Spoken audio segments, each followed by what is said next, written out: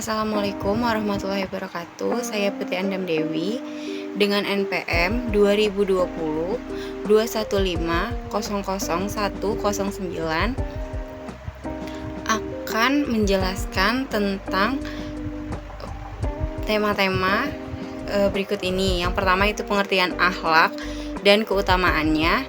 Yang kedua, adab atau etika belajar dalam Islam. Yang ketiga, etika beragama, berbangsa, dan bernegara dalam Islam. Yang keempat, pengertian musyawarah dan etika berdemokrasi dalam Islam. Video ini dibuat untuk memenuhi tugas dari mata kuliah akhlak dan etika. Materi yang pertama yaitu akhlak dan keutamanya. Akhlak merupakan istilah dalam Islam yang merujuk pada perilaku dan moral seseorang. Secara umum, akhlak menggambarkan cara seseorang berinteraksi dengan sesama manusia, lingkungan, dan Allah Subhanahu wa Ta'ala.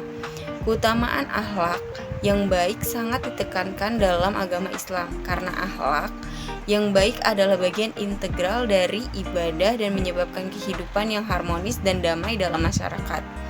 Berikut adalah beberapa keutamaan akhlak yang baik dalam Islam beserta hadis-hadis yang mendasarinya.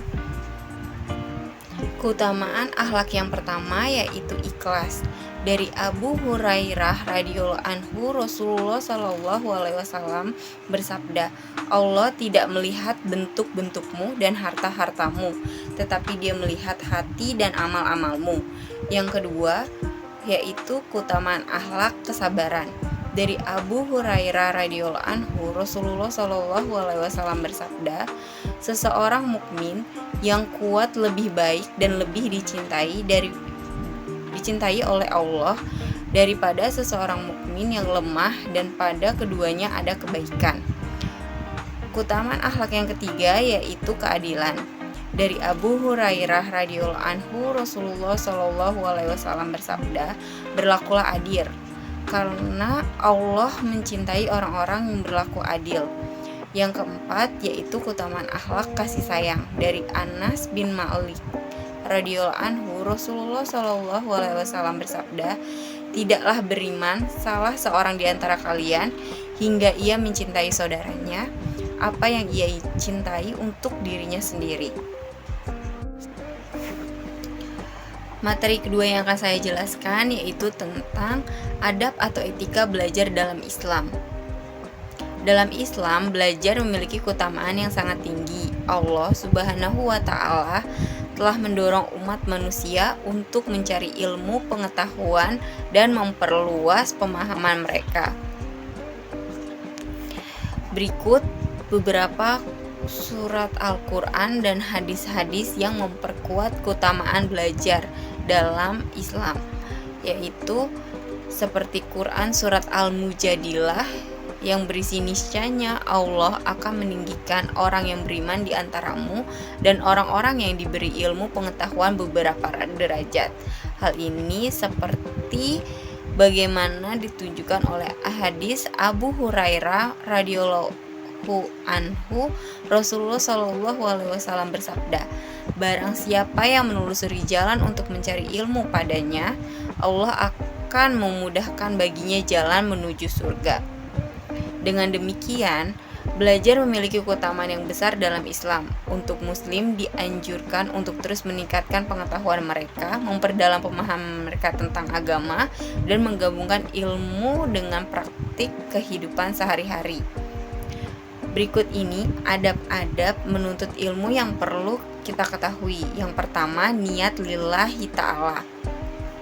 Saat kita hendak menuntut ilmu, niat utama kita harus karena Allah seperti firman Allah dalam surat Al-Bayyinah ayat 5 yang memiliki arti, padahal mereka tidak disuruh kecuali supaya menyembah Allah dengan memurnikan ketaatannya kepadanya dalam menjalankan agama yang lurus, dan supaya mereka mendirikan sholat dan menunaikan zakat, dan yang demikian itulah agama yang lurus.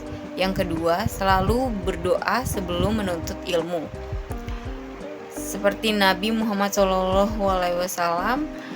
yang selalu berdoa dalam menuntut ilmu.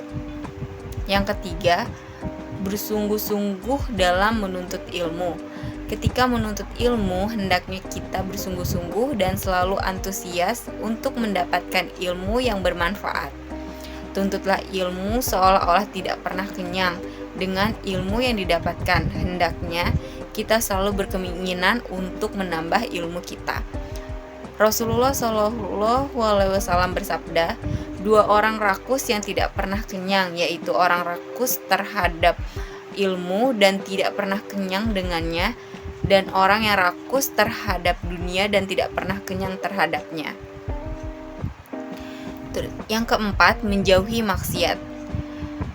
Dari Abu Hurairah, Rasulullah Shallallahu Alaihi Wasallam beliau bersabda, seorang hamba apabila melakukan suatu kesalahan, maka dititikkan dalam hatinya sebuah titik hitam. Apabila ia meninggalkannya dan meminta ampun serta bertaubat, hatinya dibersihkan. Apabila ia kembali berbuat maksiat, maka ditambah titik hitam tersebut hingga menutupi hatinya. Itulah yang diistilahkan aran yang Allah sebutkan dalam firman-Nya, yang artinya sekali-sekali tidak demikian sebenarnya. Apa yang selalu mereka usahakan itu menutupi hati mereka. Agar kita mendapatkan ilmu yang bermanfaat dan penuh berkah, maka kita harus menjauhkan diri dari maksiat.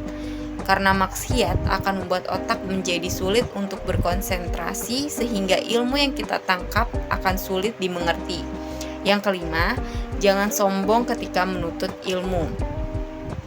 Jika ingin mendapatkan ilmu yang bermanfaat, alangkah baiknya kita harus tetap rendah hati. Jangan merasa sombong ketika kita sudah merasa cukup dengan ilmu yang kita miliki. Seperti kata Imam Mujahid seperti di bawah ini. Dua orang yang tidak belajar ilmu, orang pemalu dan orang yang sombong. Yang keenam, menyimak guru saat menuntut ilmu. Menyimak guru atau seseorang yang sedang memberi ilmu kepada kita merupakan salah satu adab dalam menuntut ilmu.